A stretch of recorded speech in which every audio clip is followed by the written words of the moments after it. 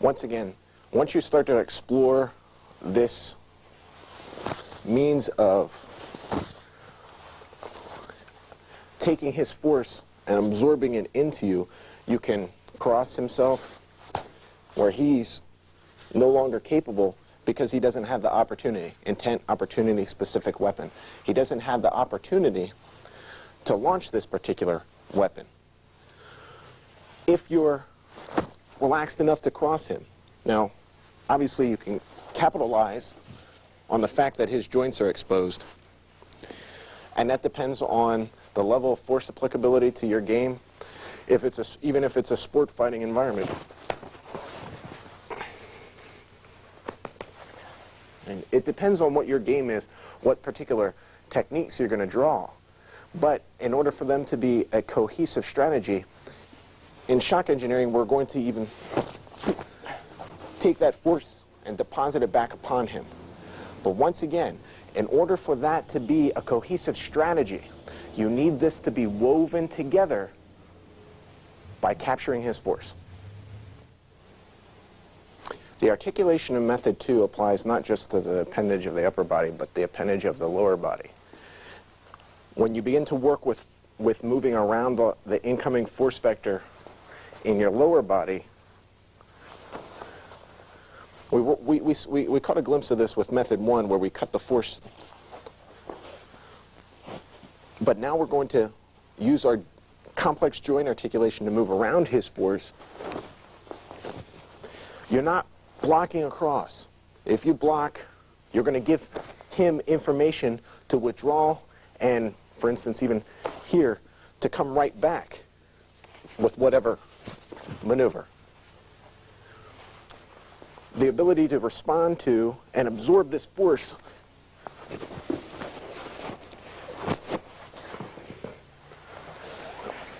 what you need to do is allow this force to travel, inoculate it, make it harmless.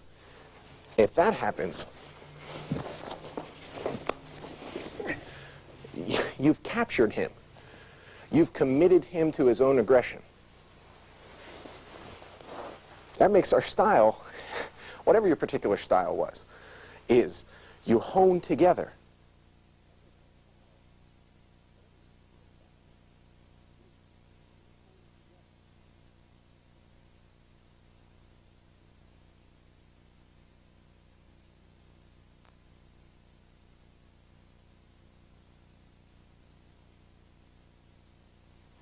Obviously, if you commit his force, you need not respond at all if you don't have to. In a mass attack or a plural assailant engagement, it's enough for you to get out of dodge because he's committed in the opposite direction.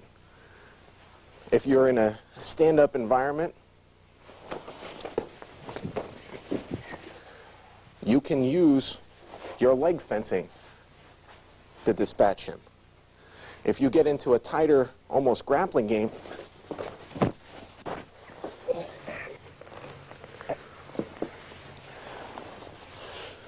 you can use your skill families involved there. But the most important part is, if you don't capture that force, what happens? You get caught in an energy battle. You get caught in a muscle game. The stronger, faster, or more enduring opponent wins. We want to avoid that, and how do we do that? We take his force, we capture it, we make it harmless, and we use it against him. These three methods that the ROS system uses to accelerate your performance in your particular style are increasingly more complex. Why? Because they offer more joint articulation. It starts with a single joint articulation, moves to double. Finally, we're going to be working on all three joints integrated in their motion. We can see this first with a grab. We have to not force against him, but roll. Now this principle is, many of us know what a fulcrum is. Not many of us know what a node is. A node is a flying fulcrum. It's in 3 dimensions, not 2 dimensions.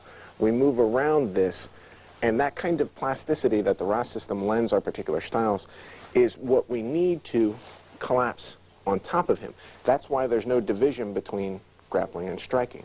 We absorb his force and fold underneath it.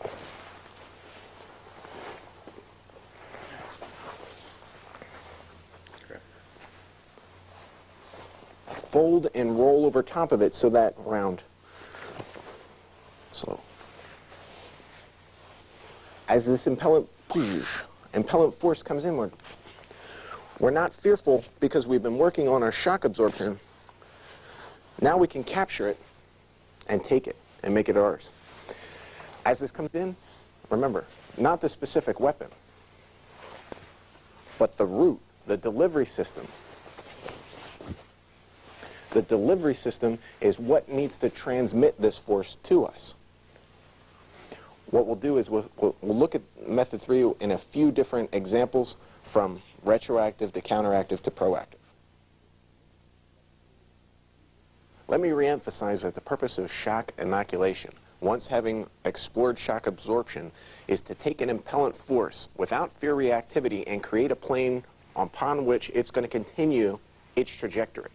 If it does so, undaunted by any type of vibration, if we don't give him any neuromuscular information, he can't respond. He's committed. We've extended his reactionary gap. So, in this method 3, as this round impellant force continues, it encounters our node. As it becomes the fulcrum, we rotate and allow his energy to transfer and pass along his energy. So he's now overcommitted to his attack. As this impellant force comes, we collapse and fold over it. You'll see some professionals who will do this instinctually because they've just received so many bludgeoning blows to the face. It keeps coming in. Finally, instinct returns, and we collapse and fold over that. What we want to do is we want to do that at an early time. When we want to begin with shock absorption, take this force now without fear and collapse and fold over it so that he's committed to his attack. Once he's committed, we can now detract and capture his energy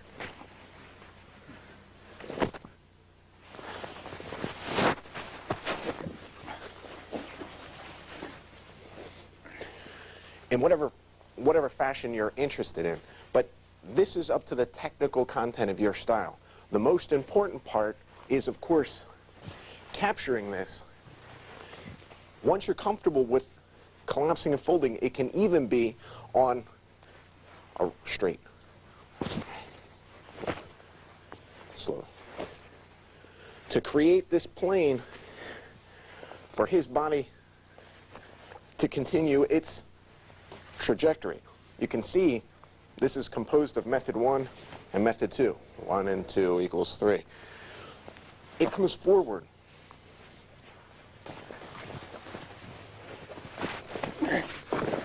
Once you capture his motion, on a later tape we'll discuss the difference between submissions, immobilizations, sinew separations, but for now the most important part is realizing that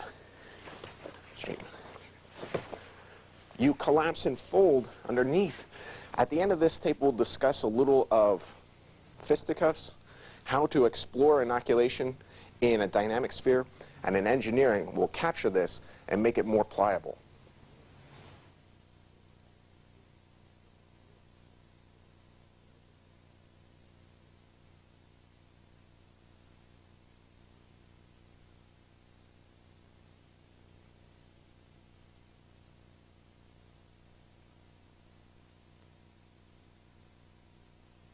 All right, a few more examples of how you can take method 3 and make force harmless, whether retroactively, counteractively, or proactively, is to first capture the energy and pass it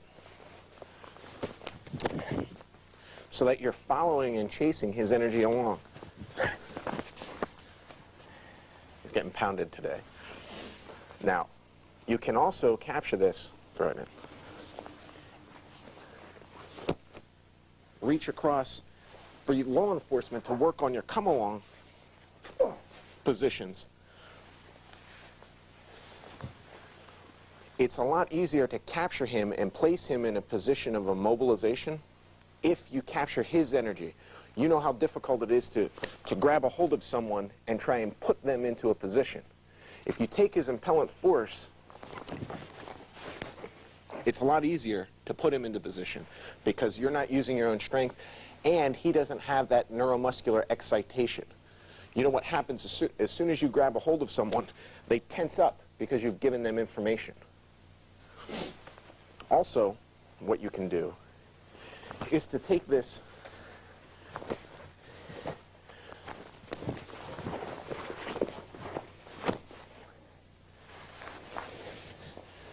to allow the energy to come into him. Some of you grapplers are already familiar on how to pummel. Method 3, it's not a strike, it's not a block, it's not a maneuver, it's a motion where you're taking this energy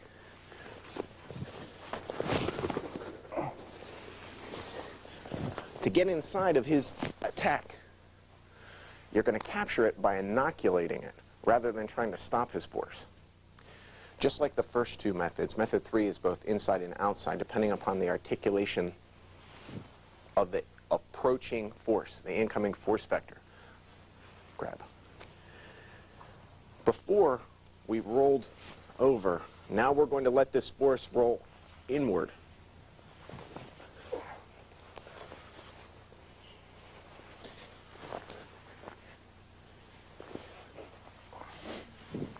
As an impellent force comes, we're going to allow it to travel by creating a plane a little bit faster. And then close his body off. We can capture the force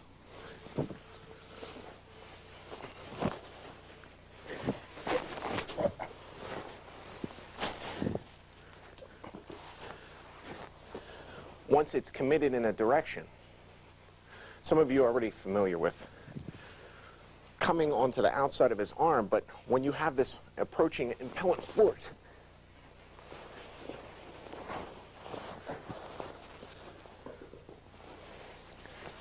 how to control the force rather than trying to control the person. This is one of the biggest problems that we have in our training when we start from a technical point of view. If we allow the techniques to happen after we've captured the force, that becomes a simple endeavor. What we need to do is follow the force and use that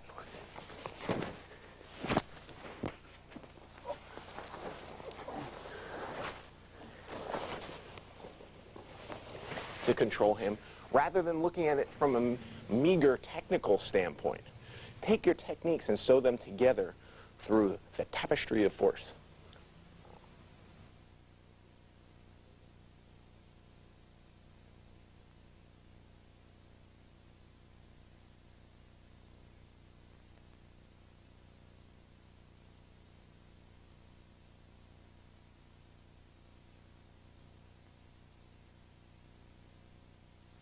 As was seen with method 1 and method 2, these apply not only to the upper appendages but to the lower. One of the most frequently seen maneuvers is being kicked. Go ahead. And that femoral and peroneal nerve on the outside and on the inside. Go ahead. But there's a way to use this method 3. Go ahead. I'll go through it slowly. To allow the same shock absorption to carry the heel, go ahead, to let his incoming force pass through creating a plane. Once you're no longer fearful through working with shock absorption, you can see where the loading occurs in his iliofemoral ligament when he loads the pelvis to twist. And you can come in and allow the impellent force to pass. And then with the wherewithal that's created from that, to capture him and take his force to the ground.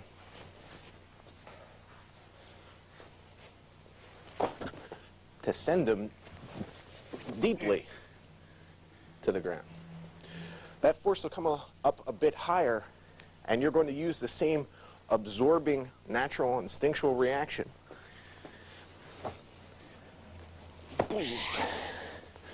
And we worked on with shock absorption how to armor the body by staying loose so that this force,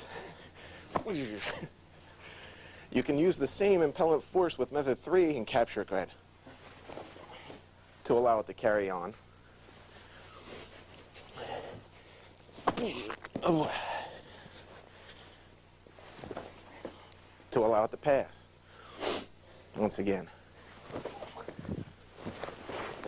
Now you can use this to come into your come-alongs for law enforcement or subject control.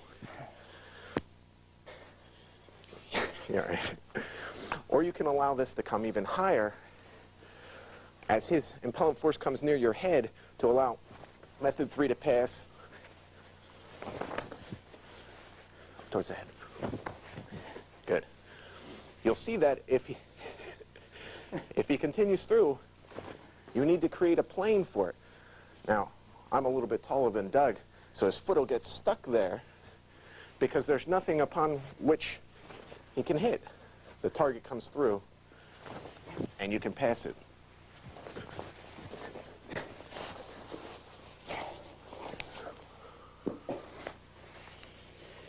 So, once again, these same methods of creating planes and collapsing and folding around force can be applied method 1, 2, and 3.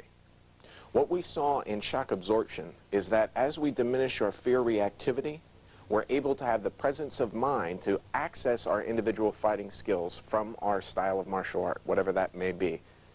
What we saw in shock inoculation is that once we have the presence of mind to access our skills because we're no longer fearful, once we have that presence of mind, then we can allow his force to dictate what's going to happen. We control and use his energy. This is the essence of biomechanical efficiency, total work over useful work.